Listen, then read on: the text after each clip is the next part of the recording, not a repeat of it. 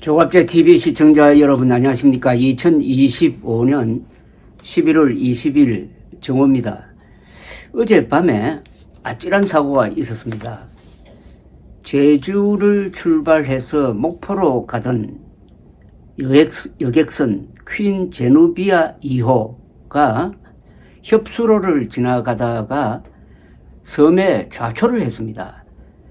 그러나 침몰하지도 않고 구멍도 나지 않아가지고 267명의 승객과 선원들은 전원 구조가 되었습니다. 그런데 이 배가 상당히 큰 배입니다.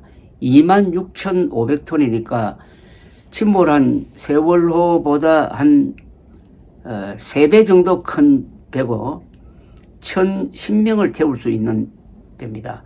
화물도 3,552톤을 실을 수 있는 아주 큰 배인데 어떻게 이렇게 어처구니 없는 사고가 났느냐. 원인이 1차로 밝혀졌는데 그 원인 또한 어처구니가 없습니다. 수사당국에 따르면 해경은 퀸 제누비아 2호 주요 승무원을 대상으로 한 1차 조사에서 협수로 구간에서 자동 운항 장치에 맡겨놓고 항해 책임자가 휴대전화를 보다가 그런 사고를 일으켰다는 겁니다. 협수로를 지날 때는 자동 항법 장치에 맡기면 안 됩니다. 바로 수동으로 해야 됩니다. 그렇게 해야 미세 조정이 가능한데 아예 자동 운항 시스템에 맡겨놓고 자기는 휴대폰 보다가 바로 이 섬 위로 배가 올라가는 황당무계한 사고가 일어났다는 겁니다. 협수로를 지날 때 정신 바짝 차리지 않고 딴짓했다는 겁니다.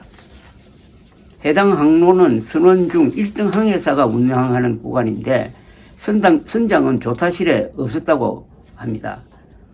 선원 중에 첫 사고 신고자도 1등 항해사가 했다는 겁니다. 해경은 목포로 입항하기 위해서는 족도에 이르기 전 약 90도에 가깝게 변침을 해야 되는데 그 시점이 늦어지면서 족도에 부딪혔다고 하는 1등 항해사의 진술을 확보했다고 합니다. 그러니까 1등 항해사가 일단 책임자로 보입니다. 변침하는 시기를 놓쳐가지고 그냥 섬과 들이받았다는 겁니다. 사고 발생 지점인 신안군 장산도 인근 해안은 연안 여객선들의 항로가 빼곡한 협수로에 속합니다. 협수로에서는 주의를 더 기울여야 해 통상 선박은 자동 항법 장치에 의존하지 않고 항해사가 직접 수동으로 그 항로를 조정하게 되어 있습니다. 제주에서 어제 오후 4시 45분쯤 승객 246명, 승무원 21명 등 267명을 태우고 목포를 향해 출발한 퀸 제누비아 2호는 같은 날 오후 8시 16분쯤 신안군 장산도 인근 무인도인 족도 위에 선체가 절반가량 올라서면서 좌초가 되고 말았습니다.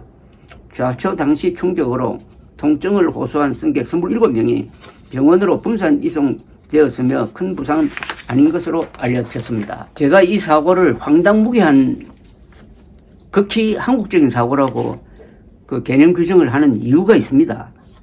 제가 기자생활 55년 하니까 육해공으로 일어나는 큰 사고를 많이 취재를 했습니다. 근데 그 취재하다가 느낀 공통점이 있어요. 선박 사고든 비행기 사고든 무슨 폭발 사고든 사고 원인으로 딱 들어가 보면은 아주 웃깁니다. 웃겨. 사고 원인이 뭐가 이해가 되지 않고 황당무계하고 너무나 감정적이고 어떻게 이런 일이 있을 수 있느냐 하는 개탄을 금하지 못하게 합니다. 그래서 이런 사고를 제가 취재를 하다가 보니까 저는 비행기를 타면은 잠을 못 잡니다. 왜 잠을 못 자느냐? 비행기가 잘 날아가고 있지만 여기에 무슨 엉뚱한 결함이 있다든지 엉뚱한 조작이 있을 수 있다 하는 그런 어떻게 보면은 한국인에 대한 불신감 때문에 제가 잠을 못 자는데 근데 몇 가지 예를 소개해 드리면은 1977년 11월 10일 밤에 전북 이리역에서 대폭발 사고가 터졌습니다. 제가 부산 국제신문 사회부 기자였는데 다음날 오전 현장에 도착했더니 이리역 부근이 완전히 히로시마 원폭 맞은 것처럼 아주 폐허가 되어 있었습니다. 다이너마이트 40톤을 실은 화차가 터진 곳에는 작은 연못만한 구덩이가 파져 있었고 반경 500m 안의 건물은 거의 다 부서졌습니다. 무너졌습니다. 수십 톤 나갈 것 같은 열차 바퀴가 떨어진 곳은 폭심에서 거의 1km 거리였습니다. 여기에 정차해 있던 기관차와 화차 117량이 파괴되었습니다. 주택 675채는 완전 파괴, 1288채는 반전 부서졌고 철도 공무원 16명을 비롯해서 59명이 사망을 했고 1343명이 중경사를 입었습니다.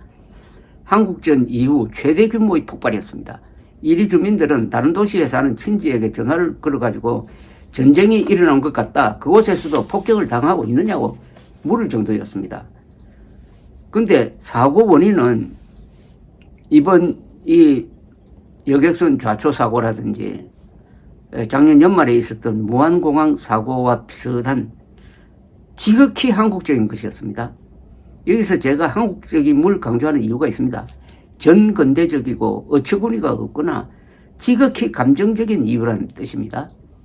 육해공의 다양한 사고를 많이 취재한 경험에 비추어 이런 경향은 시간이 흘러도 쉽게 없어지지 않을 것이라고 생각합니다. 그래서 제가 비행기를 타면은 아무리 안전하지만 잠이 안 온다는 얘기입니다. 사고 취재를 너무 많이 해서 그렇습니다. 예, 근데 502명이 죽은 삼풍백화점 붕괴 사고 1995년입니다. 여름입니다. 이거는 4층 건물에 1층을 불법 증축하고도 모자라서 무거운 에어컨 냉각탑을 옥상에 올려가지고 그 하중 때문에 무너진 겁니다.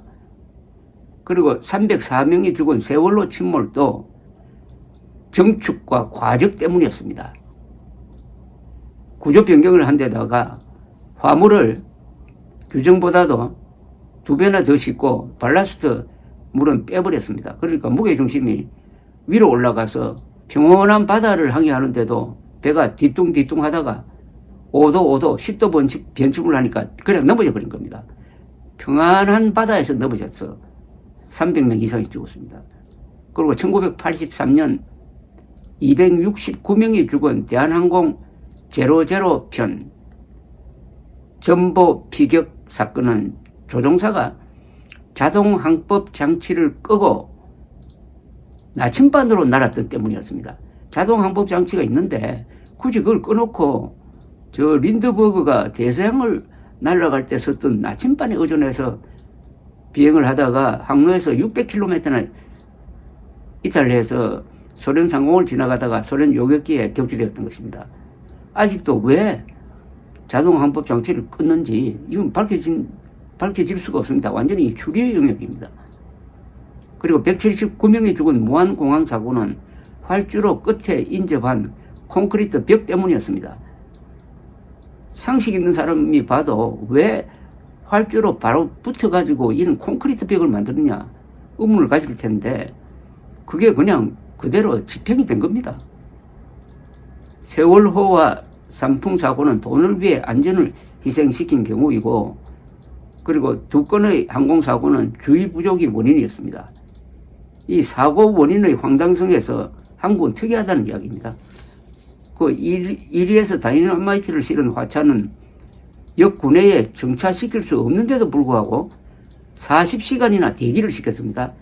그런데 화약 호송 원인 신무일은 기다리다가 통과해도 좋다는 그 허가를 기다리다가 지쳐가지고 술을 퍼마시고는 화약과 뇌관을 가득 실은 화차 안에서 촛불을 켜놓고 잠이 들었습니다. 그런데 촛불이 쓰러져 화약 상자에 불이 붙으니까 이 신무일이라는 사람은 닥털 침낭으로 불이 난 곳을 두드리다가 꺼지지 않자 문을 열고 나와 달아나 버렸습니다. 그 직후에 터졌습니다. 이 정도로 한국 사람들은 이 안전 불감증입니다. 한국 사람들은 사고가 나도 나는 괜찮겠지 하는 생각을 갖고 있습니다. 자신이 죽을 때까지는 한국 사람들은 사고는 나하고는 관계없다 이렇게 생각합니다. 왜 이런 생각을 하느냐 하면은 이 자주국방을 해본 적이 없기 때문에 그렇습니다.